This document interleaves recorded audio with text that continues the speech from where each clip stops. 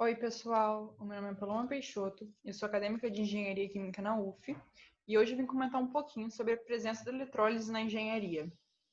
Vou tentar abordar sobre o que é a eletrólise, como ela é dividida, como ela é aplicada, quais são as aplicações dentro da engenharia, seja no setor industrial, seja no setor químico, enfim. Há tanta variedade que ela tem dentro desses setores. Mas antes de começar falando sobre essa aplicação, eu gostaria de explicar um pouquinho sobre o que é eletrólise. Bom, eletrólise é todo processo químico não espontâneo provocado por uma tensão, né, uma fonte de tensão que vai gerar uma corrente elétrica. E por isso que ele é não espontâneo, porque tem algo que força para que essa reação ocorra. E como ela funciona basicamente? Nós teremos substâncias iônicas que vão conduzir a corrente elétrica quando estão em soluções aquosas ou fundidos. Ou seja, eles vão transformar toda essa energia elétrica que vem por esse circuito da fonte, da tensão e afins em energia química.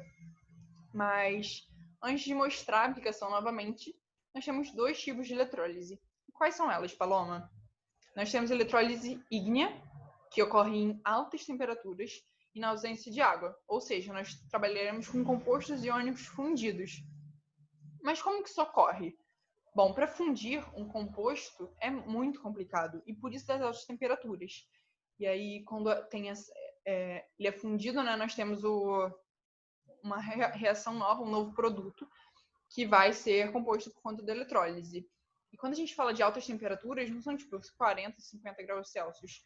São 700, 800, 1000. É uma temperatura muito alta.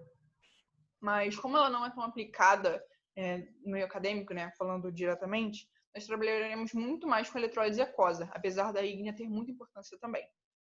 A eletrólise aquosa é quando ocorre a passagem da corrente elétrica por meio de uma solução de íons dissolvidos em água. Então, a gente vai ter uma solução, né, uma solução iônica, que terão dois eletrodos, como da imagem do lado, que estarão conectados a uma fonte de carga, né? E aí vai ter a passagem da corrente elétrica por meio desses eletrodos e a reação vai ocorrer. Com o intuito de mostrar de uma maneira muito mais exemplificada, eu trouxe um videozinho, mas aí eu vou explicar como a gente consegue montar essa eletrólise. Bom, assim como vocês viram na foto ali atrás, nós temos uma fonte que vai forçar a ocorrência de uma reação. Ou seja, se a gente utilizar uma bateria, por exemplo, a gente vai ter a passagem de corrente elétrica por meio dela, sendo que, assim como na bateria nós temos um polo positivo e negativo, na eletrólise a gente também vai ter um polo negativo e um polo positivo. O polo positivo ele vai ser conectado ao ânodo e vai oxidar, ou seja, ele vai perder os elétrons para aquela reação. Enquanto o polo negativo é chamado de cátodo, ou catodo, tem gente que a gente apresenta essa variação, né? Que vai reduzir, ou seja, ele vai receber elétrons desse meio. E eu sei que eu usei muito termo técnico, mas com o intuito de tentar mostrar de uma maneira mais visual como isso funciona, eu trouxe um videozinho e eu vou comentando ao longo desse vídeo como ela é montada. Lembrando que esse vídeo é um vídeo que foi colocado em casa, mas é uma pessoa que tem conhecimento disso. Então, o ideal é sempre que seja feito em laboratório e tal, e com equipamentos de proteção. Então, luva, óculos, jaleco de manga comprida, de preferência. Porque se a gente fechar o circuito, pode haver respingo daquela solução e aí acontecer mil e um problemas. Eu vou dar play aqui no vídeo e vou colocar numa velocidade mais alta para conseguir explicar. Lembrando que não é recomendado que façam isso em casa. Porque não é só montar a estrutura, né? Ele varia do tempo que a gente vai estar trabalhando também. E aí, como funciona? Nós temos uma cuba, no caso, essa cuba é representada por essa vasilha, que é onde a gente vai colocar os eletrodos e a solução. E lembrando que, geralmente, o eletrodo negativo é representado por esse fio preto, né? E o eletrodo positivo é representado por esse fio, e o polo positivo, perdão, representado por esse fio da cor vermelha. E os eletrodos serão que vai estar conectado nisso. No caso, são eletrodos inertes para não reagir naquela equação diretamente. E aí, como que vai funcionar? A gente precisa de uma solução, né? E como a gente não tem solução nenhuma, a gente vai montar a solução. Ou seja, ele está explicando, né, como funciona. Vou esperar ele adicionar o NaCl. E ele está adicionando o NaCl ao longo dessa cuba. E vai adicionar também um pouco de água para que haja solução. E aí ele vai misturar. Por que ele fez isso?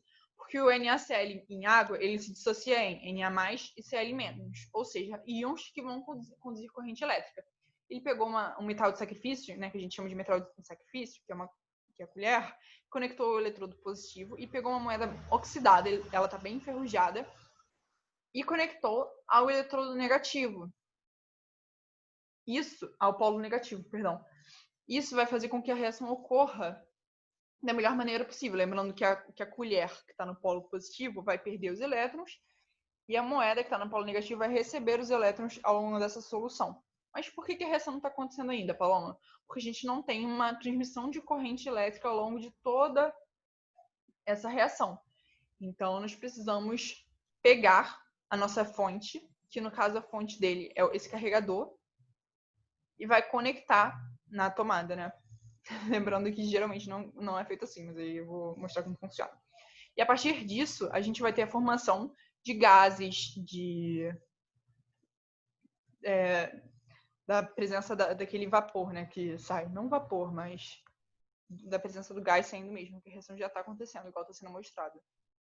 E isso indica que a reação está assim acontecendo, só que demora um tempo, né? E aí eu vou adiantar para a gente conseguir ver. Olha só como fica depois de um tempo.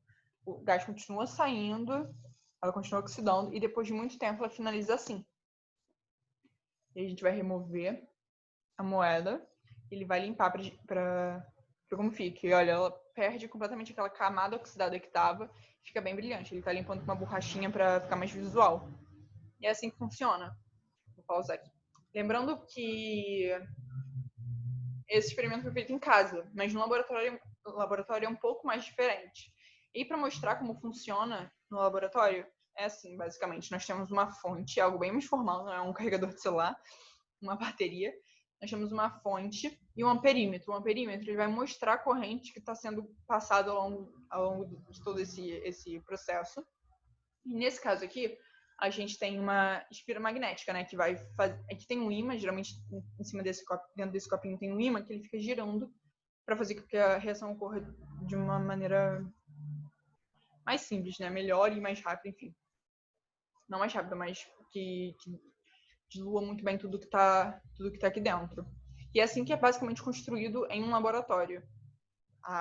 Experimentos mais simples, né?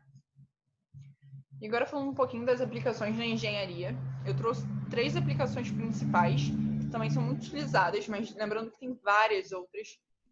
Esse meio de eletrólise é um meio muito extenso, que é muito utilizado, e eu recomendo darem uma procurada melhor sobre isso em outras áreas.